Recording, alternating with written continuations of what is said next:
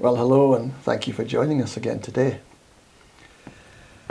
Though today there's a preoccupation with the body and its desires, we are not to seek after wealth or money or status, position or publicity, the things of the flesh, but we have to seek his righteousness.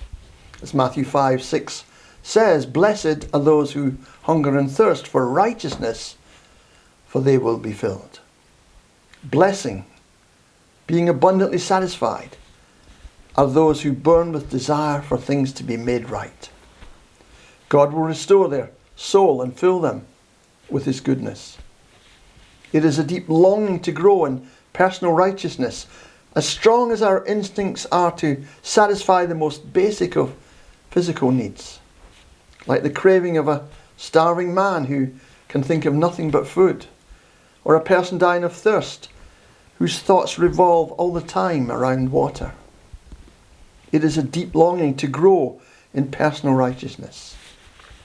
It is for those who know that their sins have separated them from God and long to establish or restore a relationship with him, who long to grow more Christ-like as they walk with him.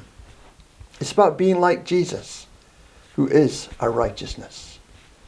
It is the desire to be set free, to be set right with God and to be free from sin.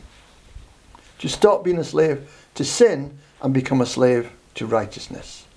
This is a process that will continue for the rest of our lives until the return of Christ. This righteousness comes from God, though the foolish seek to follow after their own righteousness. Romans 10:3 says, "Since they did not know the righteousness that comes from God and sought to establish their own, they did not submit to God's righteousness."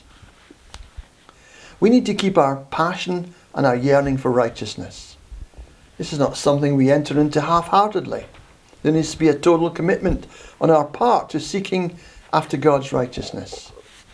Just as a hungry man would desire a whole loaf and not just a slice, or a thirsty person a whole jug of water and not just a glass, so we cannot settle for partial goodness, to deal with some sinful habits and not bother with others, or to cultivate some Christ-like character traits whilst remaining unchanged in others. Though we cannot do it in our own strength, God promises that if we so desire righteousness, we will be given the very thing we are looking for. We will be filled. All these things will be given to you as well. The Holy Spirit will work in us, enabling us to be able to resist Satan. We will be transformed into the likeness of the Lord, though this process will only be completed when we get to heaven. When we put him first, when we seek him with all of our hearts, when we seek to become like him, then we will truly enjoy a blissful life now and for all eternity, being ever in his presence. Thank you.